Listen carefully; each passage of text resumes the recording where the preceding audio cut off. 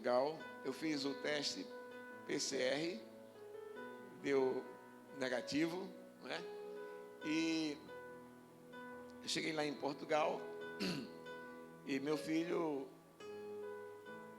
projetou uma viagem para nós, para toda a família, né? Uma viagem para uma cidade chamada Vigo, uma cidade espanhola que fica na fronteira de Portugal. E 3 semanas depois que nós chegamos lá em Portugal, numa segunda-feira, nós saímos para Vigo. Ele estacionou o carro e nós saímos a pé para conhecer a cidade. E paramos numa rua assim que tinha jardins, flores, para tirar algumas fotos. Eu comecei a tirar foto do meu filho, da esposa dele, das 2 filhas, né? E eu tirei uma, tirei 2 e parei. Estacionei, fiquei parado. E meu filho perguntou o que é que eu tinha, tal. Ele correu, se aproximou junto de mim, me sentou.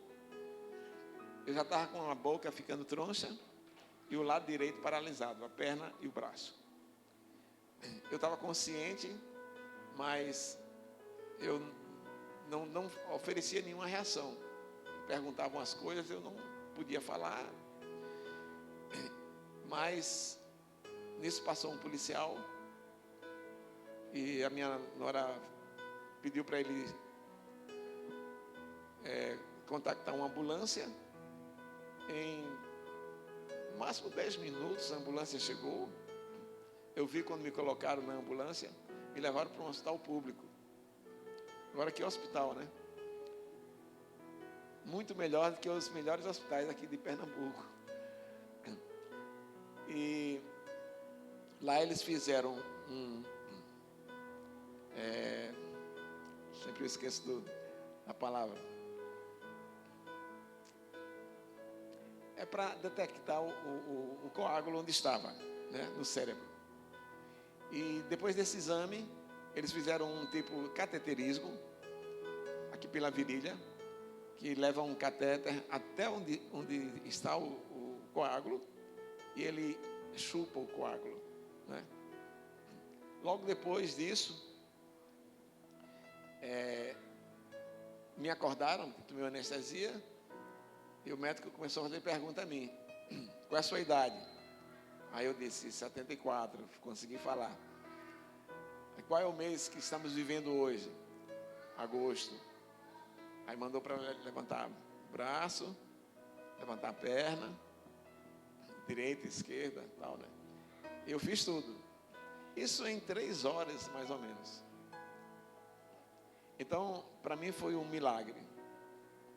Um milagre por eu estar numa cidade que tinha um hospital, que tinha esse equipamento, porque nem todo hospital tem esse equipamento de tirar o coágulo. O que pode ocorrer é fazer esse exame da cabeça, do cérebro, localizar o coágulo e fazer um tratamento medicamentoso, através de medicação e através de fisioterapia, né? Mas eu louvo ao Senhor, porque esse equipamento, o hospital tinha o equipamento e chupou o coágulo e eu fiquei completamente restabelecido. Vocês estão aqui dentro do milagre, né? Eu podia estar aqui com a perna, puxando a perna, né? Sem mexer no braço, sem falar direito, fazendo fono, alguma coisa assim. Mas Deus foi perfeito. E eu só tenho que agradecer a Deus pelo milagre que ocorreu na minha vida. Eu tomo isso como uma resposta de Deus de que ainda tenho alguma coisa para oferecer a Ele na minha trajetória aqui terrena, né? Ainda tenho alguma coisa para dar ao Senhor. E eu estou muito feliz de voltar também para a igreja e ver a igreja, é uma nova igreja, não é? O encontro foi tremendo. Os testemunhos que nós vimos aqui do encontro, né, foram testemunhos assim muito fortes. E isso mostra o vigor que a igreja está passando hoje, né? E nós tivemos 16, não é, Rafael, candidatos ao batismo, né? Mas na Videira Oeste tem mais 3 pessoas, 19 pessoas. 20 pessoas, então. Então, 20 pessoas se batizando num encontro só. Maravilhoso, né? E queremos fazer um encontro ainda antes do final do ano, hein? Mais um encontro, antes do final do ano. Mas eu estou muito feliz com a igreja, né? E Deus mostra também que nós não somos insubstituíveis. A igreja está caminhando comigo ou sem a minha participação, né?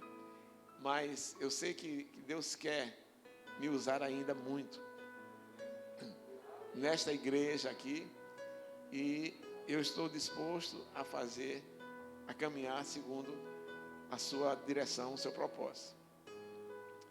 Então, a palavra que eu trouxe para hoje, para os irmãos, tem muito a ver com aquilo que o Rafael falou aqui. Porque se encontra, o texto que eu quero falar para os irmãos se encontra em Eclesiastes capítulo 1, capítulo 12, verso 1. Capítulo 12, verso 1. Pode ver por aqui não? Tá. Diz assim: lembra-te do teu Criador nos dias da tua mocidade, antes que venham os maus dias, e cheguem os anos dos quais dirás, não tenho neles prazer. Só aí. Então, esse culto é um culto basicamente de adolescentes e de jovens, né? Alguns adultos têm vindo, pais têm vindo acompanhando seus filhos, mas basicamente é um culto de jovens e adolescentes. Então, eu achei que deveria falar sobre isso, para que cada um dos nossos jovens e adolescentes lembrasse do Criador nos dias da mocidade, nos dias da juventude, nos dias em que eles estão vivendo hoje. Antes que venham os maus dias e cheguem os anos dos quais dirás, não tenho neles prazer. Quem escreveu isso foi Salomão. Salomão escreveu Provérbios, Eclesiastes, Cantares. Então, ele escreveu isso daí, porque ele chegou na idade avançada, e ele viu que Salomão, nós sabemos que começou muito bem, mas terminou muito mal. Ele desviou-se. As mulheres que ele tomou, as concubinas, levaram ele a adorar outros deuses. Mas ele lembrou-se de que na juventude dele, na mocidade dele, ele lembrou-se do que o Criador fez por ele. Nós vemos aqui em 1 Reis, capítulo 3, verso 9, não é? Que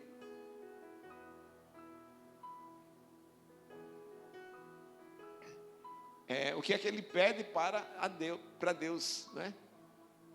Dá, pois, ao teu servo coração compreensivo para julgar o teu povo, para que prudentemente discirna entre o bem e o mal, pois quem poderia julgar a este grande povo?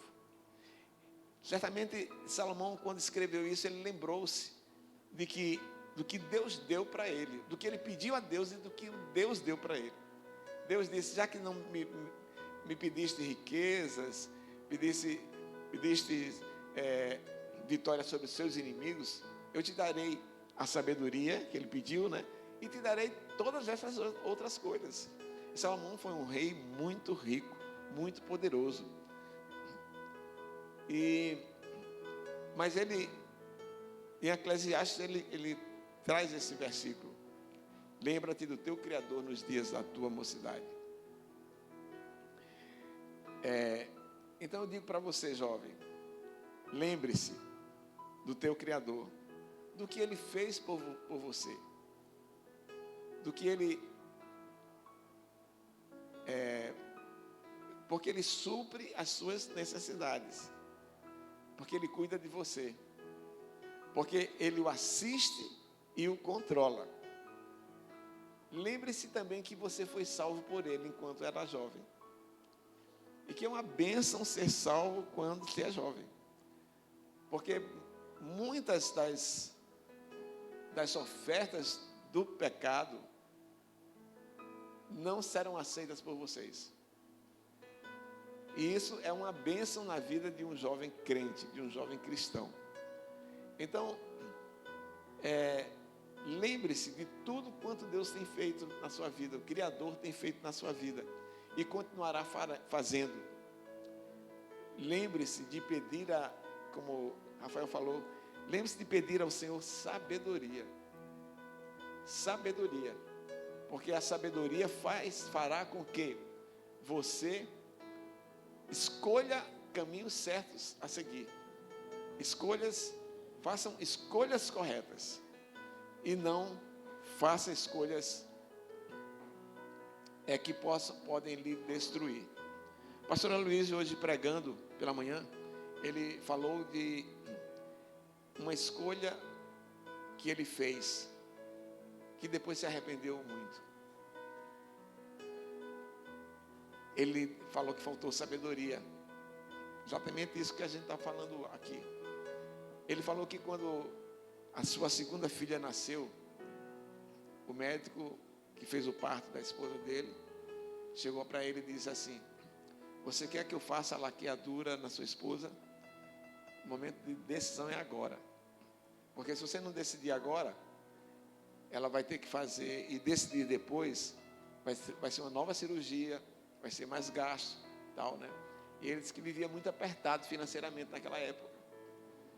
Então, ele pensou na circunstância, pensou eu tenho um outro filho, vai ser mais dispendioso. Então ele disse: faça a laqueadura. Um tempo depois, ele orando, Deus falou para ele, né, que ele deveria ter sido sábio e ter pedido primeiro ao Senhor a sabedoria do que deveria fazer. Porque ele disse assim: eu poderia ter tido um outro filho, mas Deus certamente, já que ele ficou inquieto com a situação, Deus certamente queria dar um outro filho para ele. Não é que com 2 filhos a mulher fazendo laqueadura está pecando, não é isso não, né? Mas para ele poderia ter outro filho. Mas ele disse, isso levou ele a tomar atitudes na vida que pudessem fazer escolhas certas, sábias. Escolhas sábias. Bem, então, há muito a ser lembrado na juventude do que Deus tem feito por cada um de vocês. E isso se torna mais fácil quando você começa a memorizar quando é jovem. Então, você quando é jovem, se você memorizar aquilo que Deus fez na sua juventude, você pode dar um testemunho mais tarde do que Deus fez e o que Ele continua fazendo.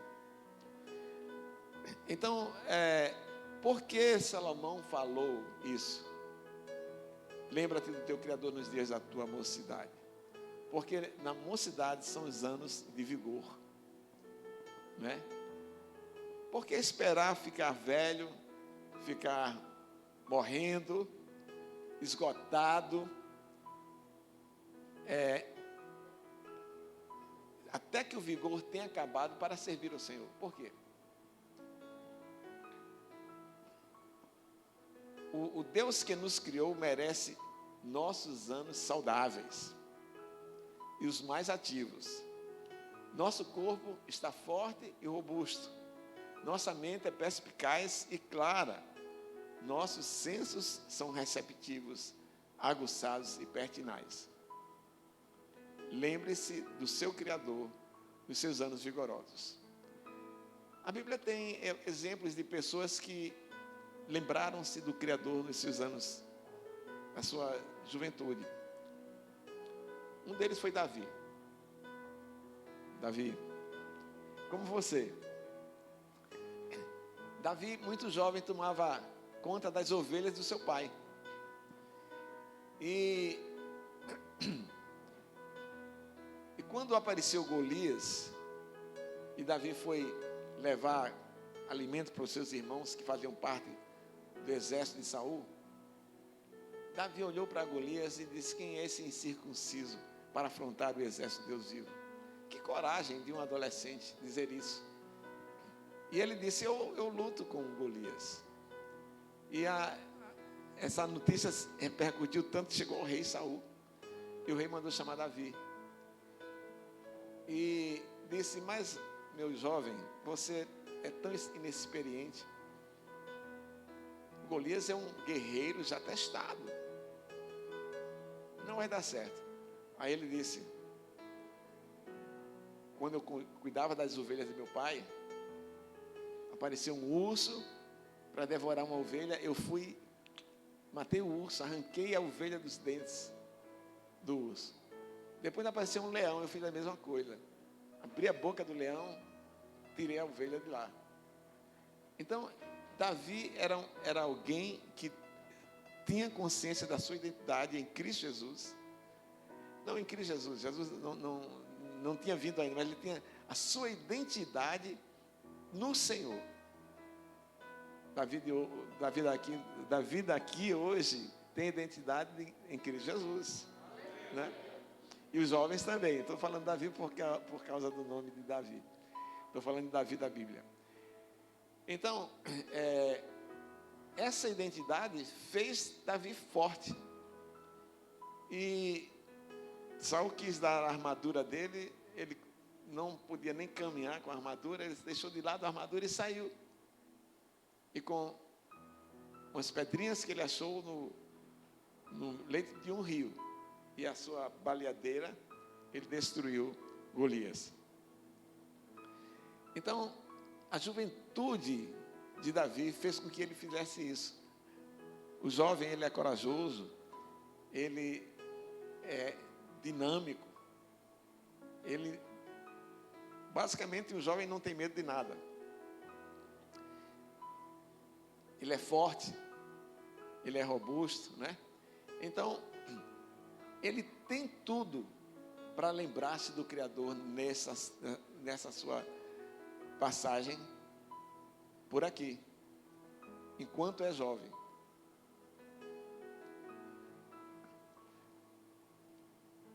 Outra situação porque Salomão falou: lembra-te do teu Criador nos dias da tua mocidade, é porque os jovens são mais sensíveis, são anos de sensibilidade que os jovens possuem. Muitos cristãos se convertem, a maioria dos cristãos, eu acredito, se convertem na sua mocidade. Quantos daqui se converteram com menos de 40 anos? Menos de 40 anos. A grande maioria, né? Porque as nossas faixas etárias são divididas por anos, né?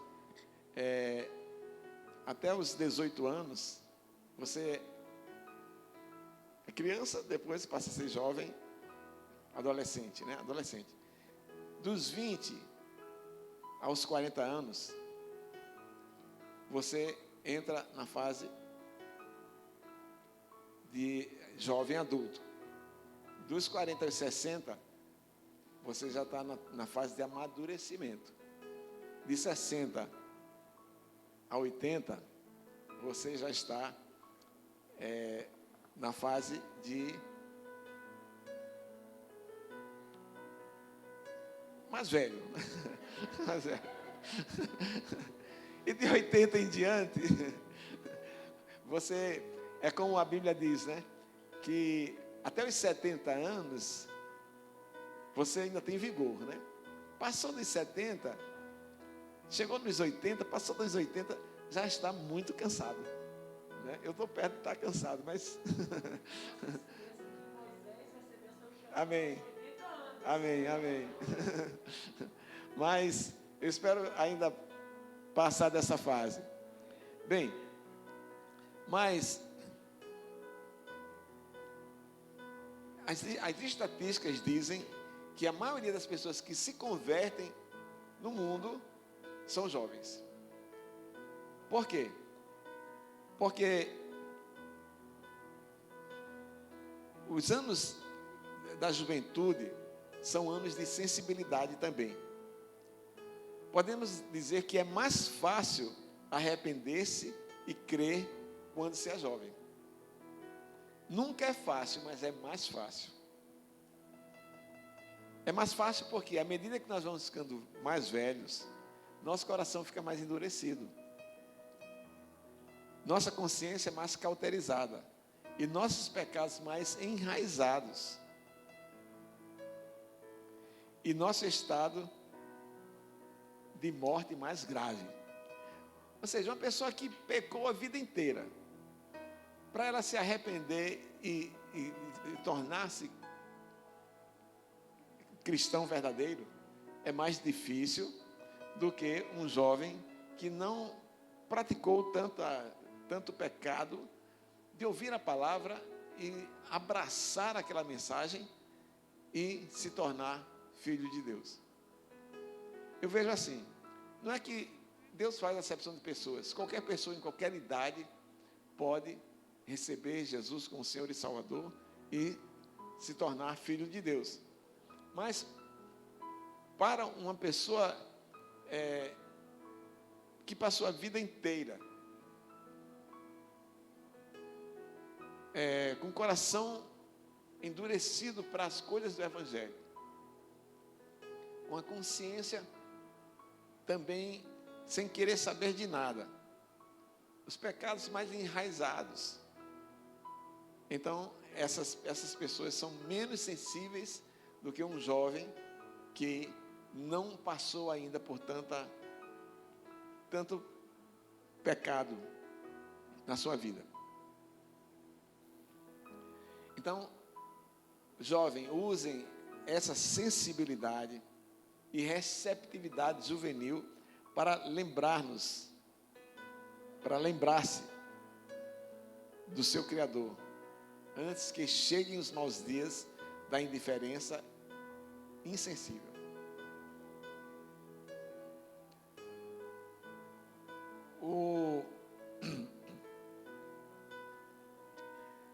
O exemplo que nós queremos dar aqui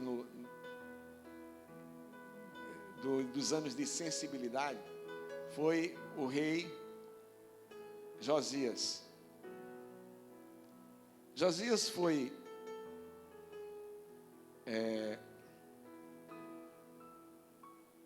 Josias, capítulo 1 Reis, né?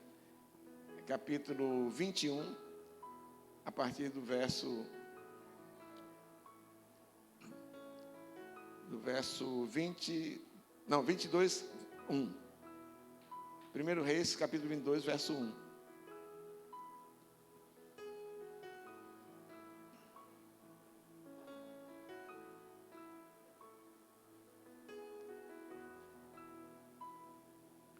Verso 2. Não é não. É 1 Reis, 22. Não é 2 Reis. 22, verso 1.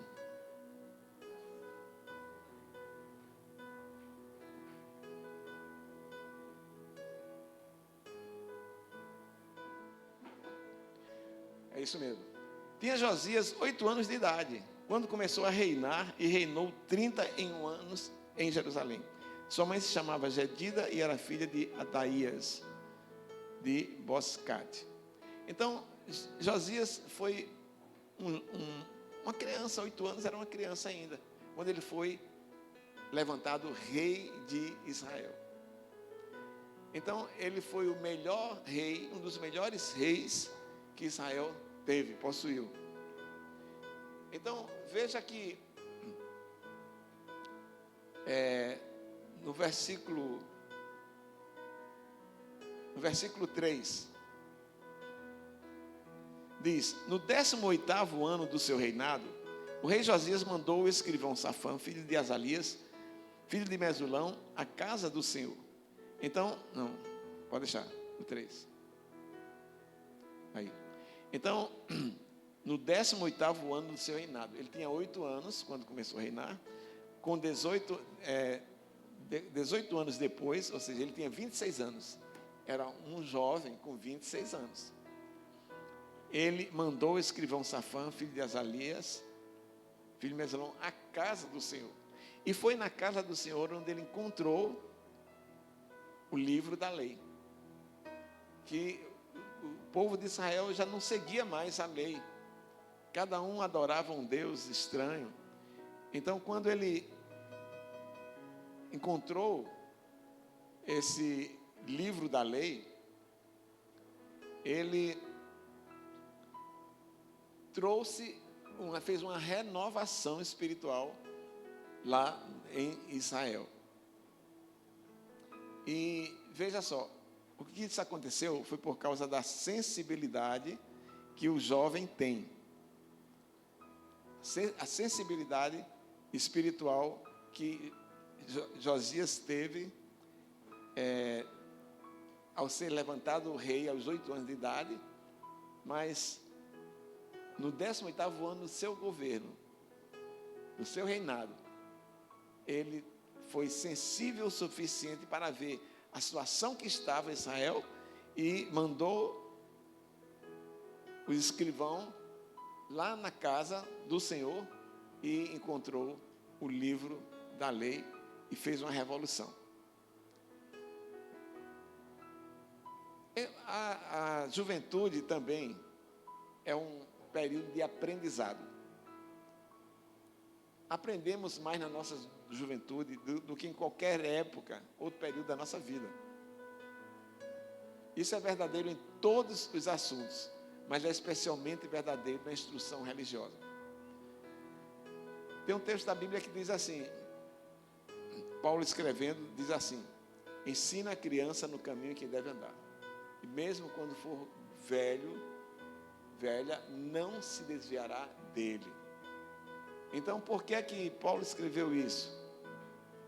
É porque ele sabia que a idade mais apropriada de se aprender as coisas e se guardar as coisas é durante a infância.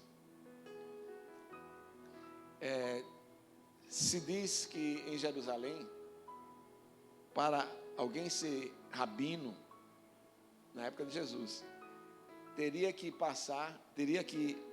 entrar na escola rabínica lá, e as crianças de 4 a 8 anos, elas começavam a decorar os Pentateucos, os 5 primeiros livros da Bíblia. Decorar.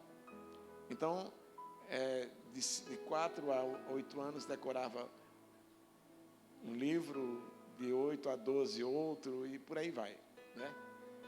E então, Paulo, como era um conhecedor profundo da cultura religiosa hebraica, ele também sabia que a melhor idade de se guardar as coisas é na adolescência, infância e adolescência.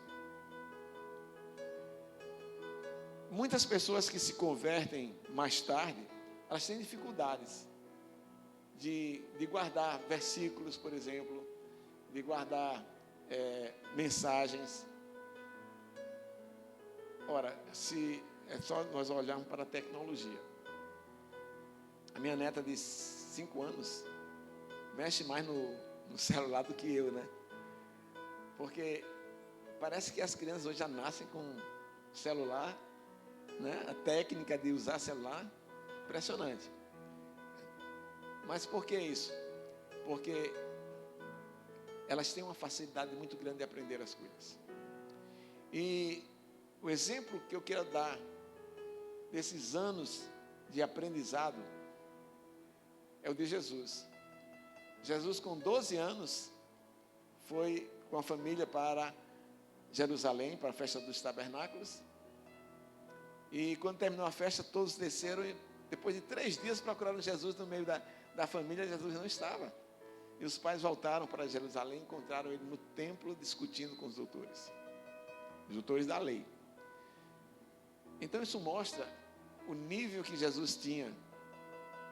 Aos 12 anos, ele tinha conhecimento suficiente para debater com estudiosos da lei de muitos anos.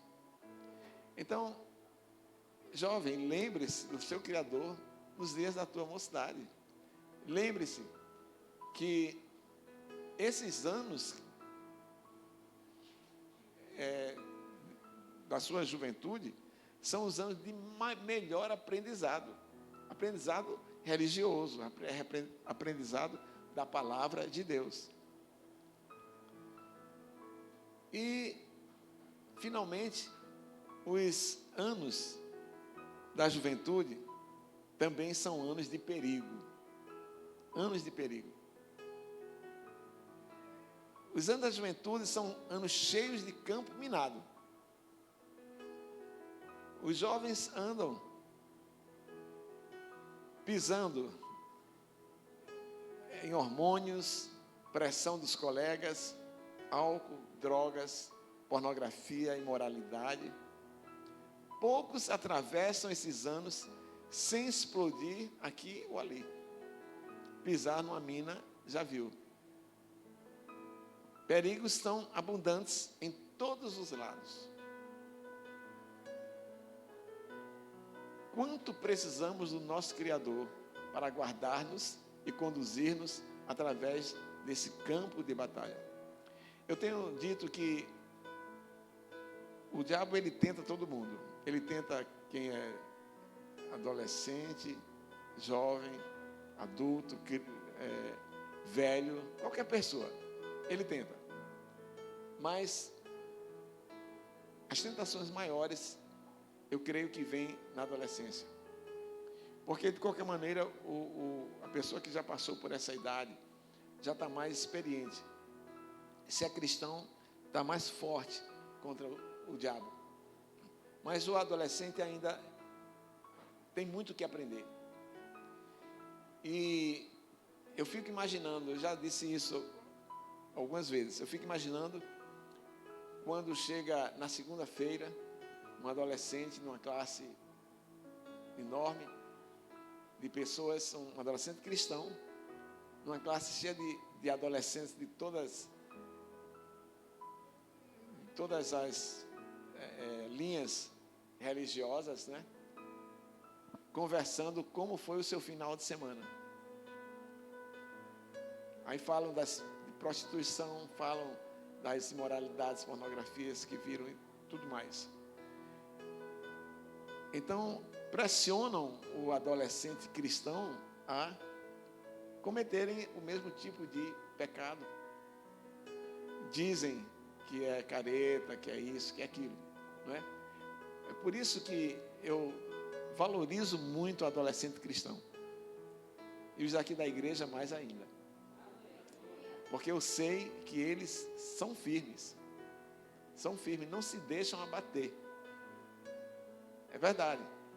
Eu conheço algumas pessoas, alguns adolescentes, que já me falaram sobre esse tipo de situação que passam, né? Mas permanecem firmes no Senhor. Então, vocês precisam do Criador para guardar-lhes e conduzir-lhes através desse campo de batalha. Não menosprezem as minas que o inimigo bota no meio do caminho. Não menosprezem. Não, vou fazer só essa vez. Não menosprezem. Porque pisou numa mina, estoura e normalmente decepa a perna, braço, coisa desse tipo assim. Então,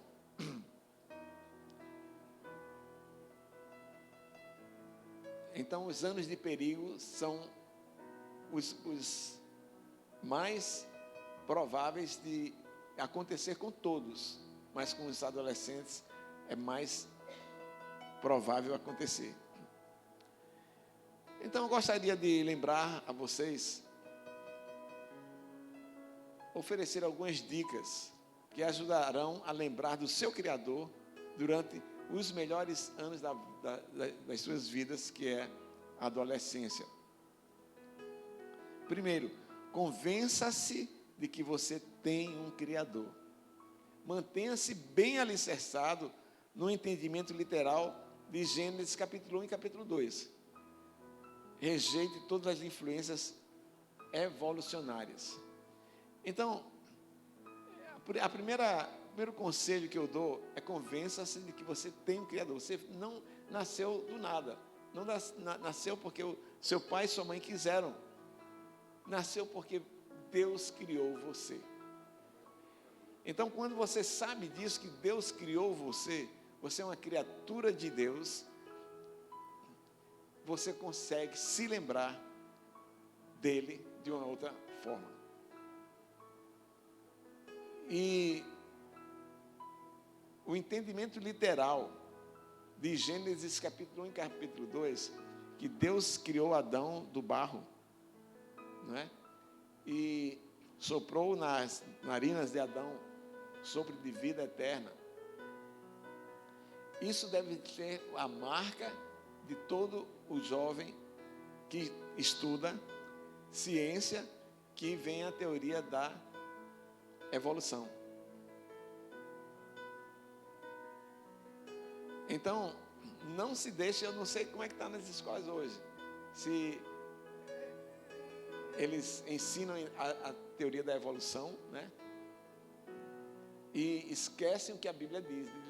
Dizem que a Bíblia, Gênesis 1, capítulo 2, é história de contos de fada. Mas convença-se de que você tem um Criador e que Ele o escolheu para viver nessa época, para dar testemunho dele nesta época. A segunda, o conselho que eu queria dar: procure conhecer o seu Criador. Primeiro, você precisa convencer-se de que tem um Criador. Segundo, procure conhecer. Como é que você conhece o seu Criador? Estudando a palavra de Deus, ouvindo sermões, mensagens, comentários e lendo bons livros. Mas também estude a sua palavra, usando todos os instrumentos que Ele lhe dá. Hoje nós temos um instrumento muito importante, que é o celular. O celular é um instrumento que tanto pode desviar você do caminho, como pode integrá-lo mais no caminho. No celular você tem vários tipos de Bíblias. Você pode ouvir várias mensagens, né? Lembrando que nós que somos videira, nós temos uma linha. Não ouça qualquer tipo de mensageiro, porque pode confundir a cabeça de quem está querendo aprender mais a respeito de um assunto. Então, procure ouvir mais as mensagens dos pastores da videira, porque tem uma linha só. Não é que os outros estejam errados, não é, mas pode confundir, principalmente sobre a graça de Deus, né? Tem muitos pastores que são contra, pregam contrário à graça, tal, né? Mas se nós temos convicção que Deus nos colocou nesta igreja, devemos nos seguir as mensagens que os pastores pregam. Terceiro, reúna-se com seus amigos cristãos. Estabeleça amizade com outros que amam lembrar a respeito do seu Criador. Então, muitas pessoas, principalmente os novos, os que chegaram do encontro, né, que tinham amizade com outras pessoas que se opõem a a essa estrutura cristã, religiosa que temos. Então, se você volta do encontro e continua com esse mesmo nível de relacionamento, certamente você vai ser atingido naquilo que Deus fez no encontro na sua vida. Então, procure relacionar-se com pessoas da mesma fé. Não é que você não tenha que pregar para pessoas que não têm Jesus, não é isso. Mas uma coisa é você pregar, outra coisa é você ter comunhão, outra coisa é você ter relacionamento. Tenha comunhão só com as pessoas que andam no mesmo caminho que você. Isso vai lhe ajudar bastante a crer, a lembrar-se do seu Criador nesse período. E, finalmente, siga a ordem do Criador. Ele estabeleceu e deu um padrão de 6 dias seguidos, de trabalho seguidos, por um dia de descanso, para contemplar as suas obras. Eu sei que muitas vezes o jovem, ele tem muita atividade, né? Tem escola, tem escola de tempo integral, né? Tem atividades outras, mas lembre-se que separe um dia para contemplar as obras do Senhor, contemplar a natureza. Isso é muito importante, porque nós vamos nos lembrar do Senhor pelo que Ele fez na nossa vida, porque Ele fez no universo. Então é importante que nós tenhamos esse momento de contemplação também. E se você que está nos vendo hoje pela live, ou se está aqui no culto, se você não participou ainda da salvação em Cristo Jesus, ainda que a rejeição,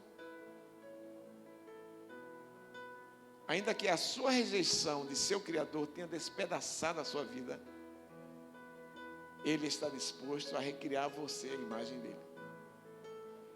Então, é muito importante. Estou falando agora para aqueles que não têm ainda a convicção de que são nascidos de novo, que foram recriados pelo sangue de Jesus, pelo sacrifício de Jesus. Então, se você acha que a sua rejeição ao seu Criador tenha despedaçado a sua vida, saiba que Ele está disposto a recriar você a sua imagem, a imagem dele. E para concluir, quando falamos assunto em salvação, não quero que os irmãos mais velhos se sintam desencorajados, porque Salmo 92, versículo 12, diz o seguinte: o justo florescerá como a palmeira, crescerá como o cedro do Líbano. 13. Plantados na casa do Senhor, florescerão nos átrios do nosso Deus. O justo plantado na casa do Senhor, florescerão nos átrios do nosso Deus. Na velhice darão ainda frutos, serão cheios de seiva e de verdor, para anunciar que o Senhor é reto. Ele é a minha rocha e nele não há injustiça. Então, esse salmo foi escrito por Moisés. E coloca aí verso 12 novamente. O justo florescerá como a palmeira, crescerá como o cedro no Líbano. Vou repetir: plantados na casa do Senhor, florescerão nos átrios do nosso Deus. Na velhice darão ainda frutos, serão cheios de seiva e de verdor. Então, a mensagem hoje foi para os jovens, mas eu encerro aqui falando para os mais velhos também, que se você é justo e está plantado na casa do Senhor, você vai dar muito fruto ainda. na velhice dará frutos, cheio de seiva e de verdor. Então que o Senhor possa nos abençoar nesta noite, que o seu Espírito Santo tenha trazido a revelação necessária para cada um dos jovens aqui, para cada um dos jovens que nasceram de novo no encontro, estão aqui hoje, que principalmente vocês que vieram do encontro, vocês lembrem-se do seu Criador nos dias da sua mocidade. E para os mais velhos, ainda darão frutos cheios de seiva e de verdor. Que o Senhor possa nos abençoar. Vamos ficar de pé e vamos orar. Com oração nós estamos encerrados. Pai, é tão bom estarmos aqui novamente. É tão bom estarmos trazendo uma palavra para os jovens e os adolescentes, para que eles se lembrem de Ti, como Criador, nos dias da sua mocidade. Ó Deus, os dias de mais fortalecimento, os dias de maior sensibilidade, os dias de melhor aprendizado, eles se lembrem sempre de que Tu és o Criador e que, além disso, Tu, através de Jesus Cristo, nos resgataste, resgatou a eles, resgatou a todos nós aqui, dando-nos a salvação em Cristo Jesus. Nós queremos Te louvar e Te agradecer por esta oportunidade de trazer a lembrança de cada um dos jovens, que eles devem lembrar-se sempre do seu Criador. Nós queremos, Senhor Deus, pedir a Ti que encha-os cada vez mais da Tua graça, do Teu poder, da Tua unção, que as suas células sejam células cheias de vigor, de alegria, de paz, de comunhão. Que os líderes de células, discipuladores, possam multiplicar-se, possam, Senhor Deus, ver uma onda de jovens evangelizando outros jovens, trazendo-os para Jesus, lembrando-se sempre do seu Criador nos dias da sua juventude. Ó Deus, eu quero Te agradecer pela rede Teens, pela vida do líder, discipulador Aldemir, do discipulador Rafael, de cada líder de célula. Quero Te agradecer pela rede jovens, de jovens também, os radicais livres, pela vida do pastor Tiago, do discipulador Luiz Carlos e de cada líder de célula. Ó Deus, que esse culto esse lugar seja pequeno para abrigar todos aqueles que haverão de se converter ainda este ano, para o louvor da Tua glória, através dos jovens, dos adolescentes. Em nome do Senhor Jesus, nós cremos e decretamos isso, para que os céus se abram e essa palavra profética se cumpra na vida dos jovens e dos adolescentes. Nós queremos, Senhor Deus, Te agradecer por mais um dia que Tu nos destes, Te agradecer, ó Deus, pela semana que temos à frente. Livra-nos de todo o mal, guarda-nos no Teu poder, em nome do Senhor Jesus. Amém e amém. Pode aplaudir o Senhor Jesus agora. Aleluia.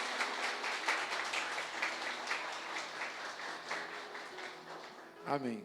Estamos dispensados de uma semana de vitória. Converse com seu irmão aí, né? E vá na paz do Senhor Jesus.